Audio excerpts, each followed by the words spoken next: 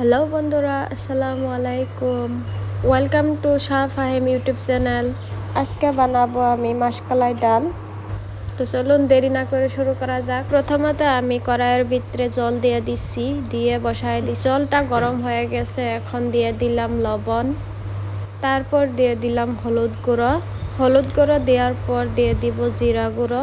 তো সম্পূর্ণ ভিডিও দেখুন, স্কিপ না করে। ভিডিওটা ভালো লাগলে লাইক, শেয়ার, কমেন্ট করতে ভুলবেন না। এখন দিয়ে দিলাম ধনিয়ার গুঁড়ো, তারপর দিয়ে দিব রসুন বাটা, তারপর দিয়ে দিব আদা বাটা। আমি পরিমাণ মতো এগুলো বেটে নিয়েছিলাম। তারপর দিয়ে দিব কাঁচা লঙ্কাগুলো আমি কেটে নিয়েছিলাম।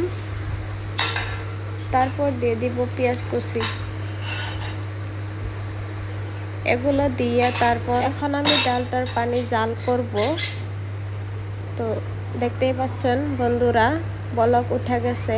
তো মসুর গুঁড়ো দেওয়ার বাকি ছিল, চাইলে আপনারা কাঁচা লঙ্কা দিয়ে ওই ডালটা বানাতে পারবেন। তো আমি দুটোটাই ব্যবহার করলাম। তো জাল হয়ে গেছে, এখন আমি গুঁড়োগুলো দিয়ে দিব। মাসকলাইয়ের গুঁড়ো অল্প অল্প করে দিব, বেশি করে দিব না, কারণ বেশি করে দিলে কুটি হয়ে যাবে। তো চাইলে আপনারা পানি দিয়েও মিশাল করে দিতে পারবেন। গুঁড়োগুলো দেওয়ার সময় অল্প অল্প করে দিব, আর নাড়াচাড়া করব যাতে গুটি না হয়।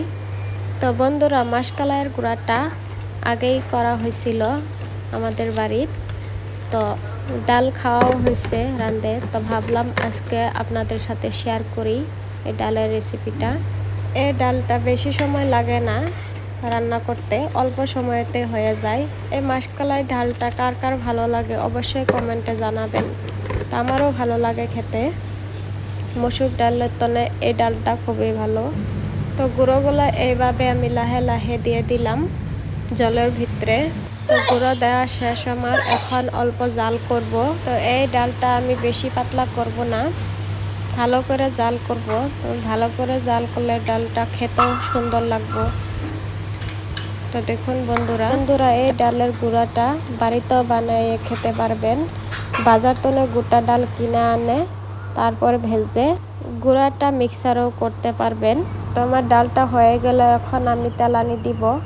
তেলানির জন্য আমি তেল দিলাম, তেলটা গরম হয়ে গেছে, দিয়ে দিলাম তার ভিতরে জিরা, দুটা তেজপাতা দিয়ে দিলাম।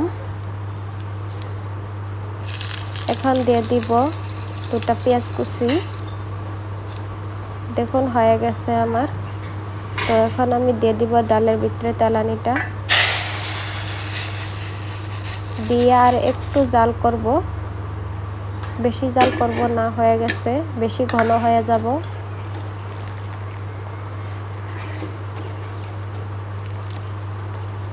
এখন ডালটা রান্না শেষ হয়ে গেল।